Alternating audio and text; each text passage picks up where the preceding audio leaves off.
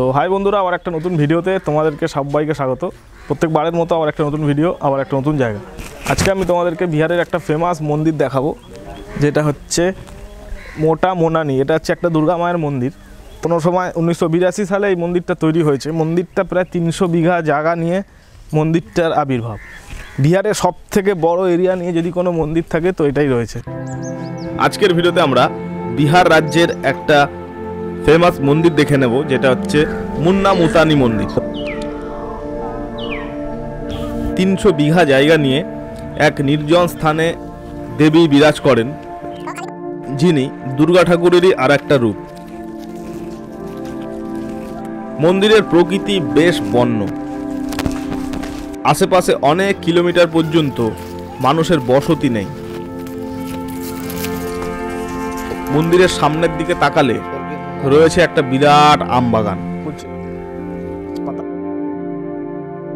তার পিছনের দিকে বিরাট একটা জঙ্গল, এক পাশে রয়েছে শস্য ক্ষেত।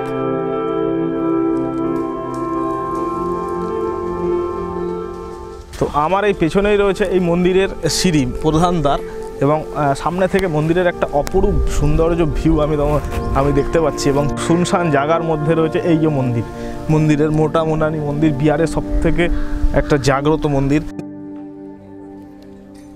প্রত্যেক দিন দুপুর 2টো দিয়ে মন্দির খোলা হয়।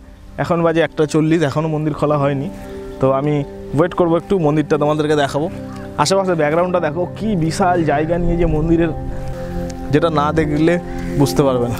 প্রত্যেকটা আম গাছ, এখানে প্রায় 40টার বেশি আম গাছ রয়েছে, প্রত্যেকটা আম গাছে বোল ধরেছে। দেবী যে এত নির্জন স্থানে রয়েছে সবার প্রথমে জানতে পেরেছিলেন মুন্না লাল মুতানি নামে এক ভদ্রলোক, যার বাড়ি এখান থেকে অনেক দূর। কোনো এক স্বপ্নাদেশ পেয়ে তিনি জানতে পারেন এক শুভ শক্তি বিরাজ করছে এইখানে বড় একটা বট গাছের নিচে। তারপর এই মন্দির তিনি নির্মাণ করেন। শোনা যায় এই জায়গা খুঁড়ে অনেক সোনার অলংকার পাওয়া গিয়েছিল, যা মায়ের গহনা হিসাবে এখনো পরানো হয়। বর্তমানে সেই ভদ্রলোক কিন্তু আর বেঁচে নেই, তবে মন্দিরের পাশে একটা সুন্দর সাদা লাল বেদি রয়েছে, যেখানে তার মূর্তি রাখা রয়েছে। তো মন্দিরের প্রকৃতি বেশ বন্য। তো এইরকম একটা ছোট্ট একটা নদী যেন তিত্তির করে কোথায় চলে গেছে। এই নদীটার ওই পারেই দেখো ঘন জঙ্গলে হনুমানের একটা বিশাল বড় একটা বাসা। কারণ এখানে প্রচুর হনুমান দেখছি আমি। এই পার থেকেই ক্যামেরা দেখে তারা গাছপালা নাড়ানোর চেষ্টা করছে। ঘাট সব মোমবাতি ধূপকাঠি জ্বালায় না, ওই দেখো যে কত হনুমান।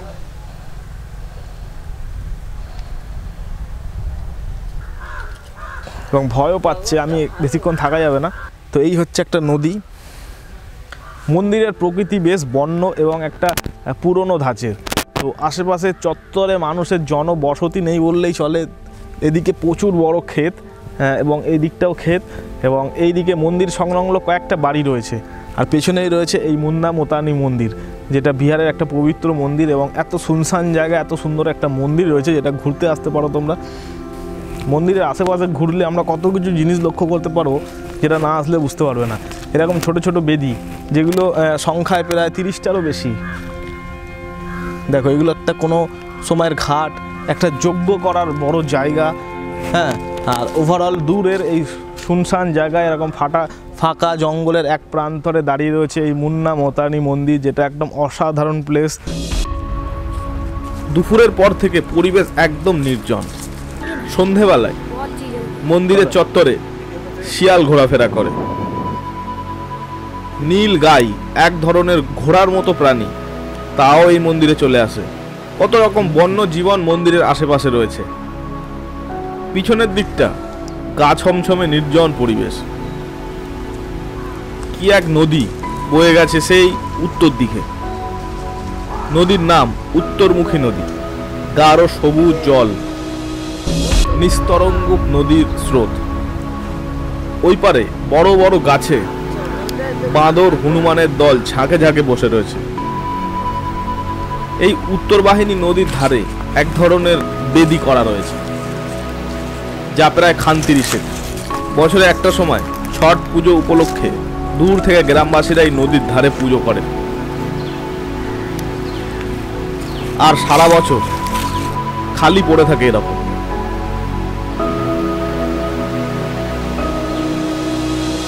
মন্দিরের গায়ে নানান ধরনের মূর্তি অলঙ্করণ করা, যেগুলো কিছুটা পাথরের, কিছুটা আবার রং করে ফ্রেম করা রয়েছে। মন্দিরের পূজারী দুপুর 2টোর সময় অতিথিশালা থেকে এক ঘটি জল নিয়ে আসছে।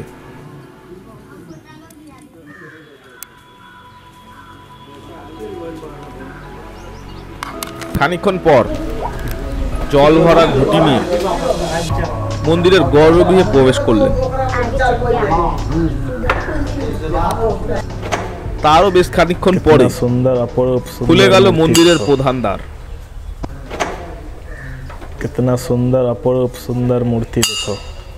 তো বন্ধুরা 2:30-এর পরে এই মন্দিরের একটা দুর্গা ঠাকুরের মূর্তি দেখার সুযোগ পাবে ভক্তরা। দুপুর 2:30, সকাল 9টা থেকেও খুলে দেয় এবং বন্ধ হয়ে যায় 12টার সময়, আবার 3টে 2:30-এর সময় আবার খুলে যায় মন্দির, সন্ধ্যা 7টা পর্যন্ত খোলা থাকে। তো এই হচ্ছে টেম্পলের ভেতরের ভিউ। দেখো এখান থেকে সবাইকে বাতাসা, সন্দেশ, প্রসাদ বিতরণ, সেই সঙ্গে পূজারি।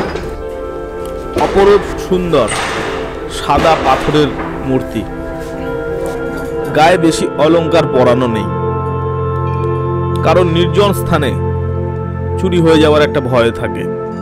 কোনো পুজো উৎসবের সময় মাকে সাজানো হয়। বিহারে দুর্গা মন্দির কিন্তু খুব কমই রয়েছে। মুন্নালাল মুতানির নামকরণে এই মন্দিরের নাম হয়েছে মুন্না মুতানি মন্দির। 1982 সালে মন্দিরটি নির্মাণ করা হয়েছে। दुर्गा माता है, उनका नाम है श्री रामा राध्या भगवती। बिहार में बिहार का फेमस मंदिर है इधर। हर दिन आता है। तो पूजा देने में आने का टाइम क्या है? वो लोग माने देखिए बेसी लोग चैत कुआर में आते हैं, चैत के रामनवमी को, और कुआर में दशहरा को, 7वीं, 8वीं, 9वीं, 10वीं पूजा देना आता है। पूजा देने आते हैं लोग। ये 4 रोज बहुत भीड़ चलता है।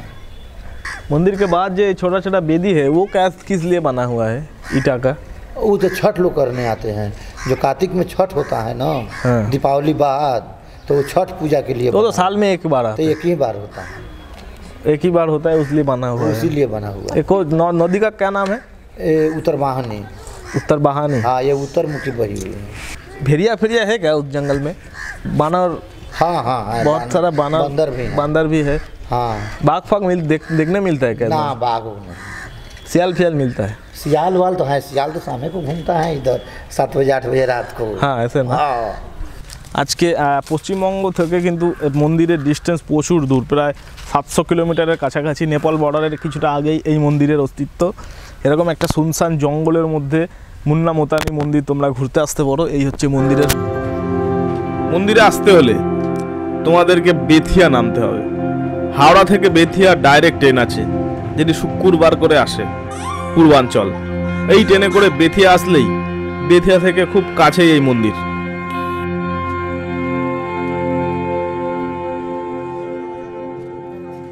তো আশা করছি ভিডিও ভালো লাগলো। এরকম দেশ বিদেশের এরকম জানা অজানা আরও মন্দিরের ভিডিও পরে আই বাটনে লিঙ্ক দেওয়া রয়েছে, গিয়ে দেখতে পারো। আজকের ভিডিওটা এখানেই শেষ, পরে দেখা হচ্ছে অন্য একটা ভিডিওর সাথে অন্য একটা জায়গায়। ততক্ষণের জন্য বাই, শুক্রিয়া, থ্যাংক ইউ, জয় হিন্দ, সবাই ভালো থাকবেন।